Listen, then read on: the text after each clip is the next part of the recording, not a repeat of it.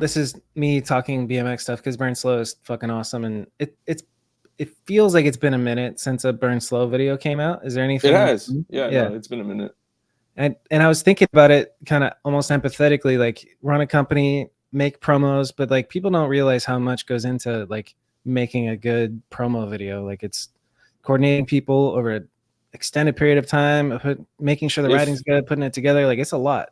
If you've never done anything like what it takes to get a t-shirt printed or to make a promo or any of that stuff, I promise you have no idea what it takes. It's so like much.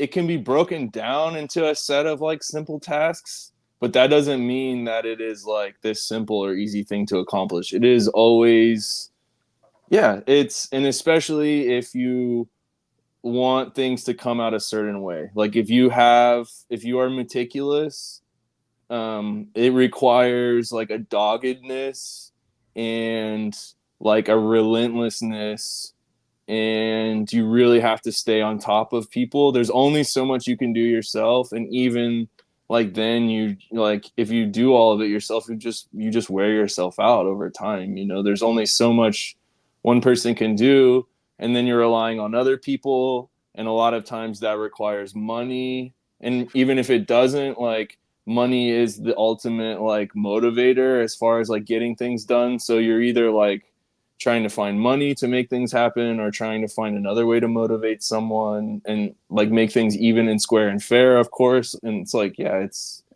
so much. I'm always trying to find a way to like get money into the riders' hands when we do these projects. And so like when we do a project, I always offer them, I say, you film a promo for us, and then we put out a line with it. And then I give them, we usually come to an agreement of something like around $200 a month for the 3 or 4 months after the clothing comes out for filming the promo. So they're seeing a little bit of the sales basically. Yeah. And how many riders would that work out to? Like, and have you done that model with a previous promo? I've done it with every promo we've ever made. Fuck yeah. If there's a featured each rider in the video is hitting 200. The featured riders, yeah. If it's like, if they're like, we've done a couple, yeah, like we've worked with a rider and then we give them money. Like that's how it's always been. That's like our little setup or whatever. And that obviously is working out with Burn Slow. Like you're making enough to be able to pay that as a smaller percentage of the total profit type thing. Yeah, it works. I don't make any money off of it. I've never paid myself. I've paid out the other owners here and there, and I've paid out the riders, and then I try and pay Devin for his work when I can here and there, but he's also an owner, so he's like, willing to sort of do things like for sweat equity, more or less. Right. Yeah. But yeah, that's really interesting that you've never paid yourself from Burn Slow. No, never. I've been. Get the fuck out of here. That's awesome. Is it? It doesn't sound awesome to me. It can be awesome. It could be stupid, but I think it's awesome in the sense of like maybe someday Burn Slow Entertainment Co. is something where you look back and you're like, yeah, for the first 5 years I didn't pay myself. Yeah, but, I mean So when I put this idea together, and I came to Tina and Tom at Empire and to the other people, and I came to them with a business plan as if it was an investment.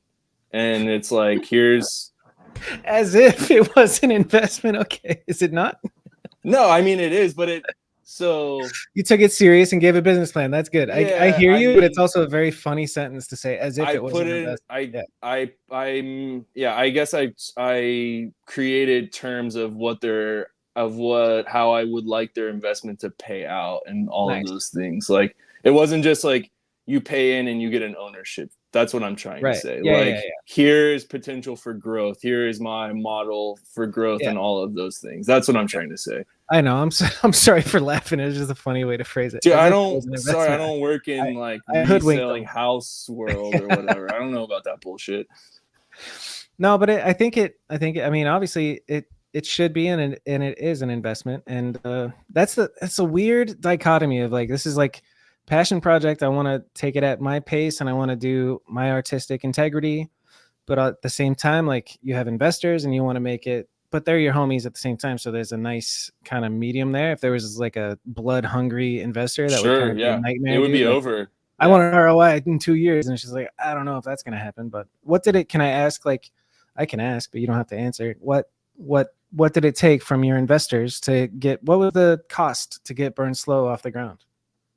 I think we started with around 20 to 30 grand, somewhere around there. Nice.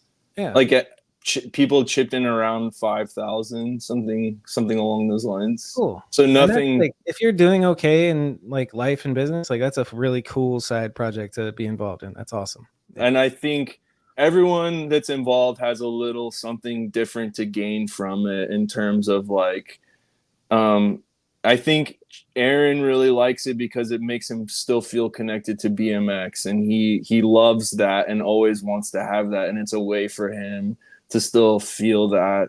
And He's I the think most grown up little kid I've ever met. It's amazing. Yeah, I mean that's all the BMX kids, but yeah. And then it's like Chase is like he wants his own brand and his own company, and he's sort of always has wanted that. So it's his way to start trying to explore that.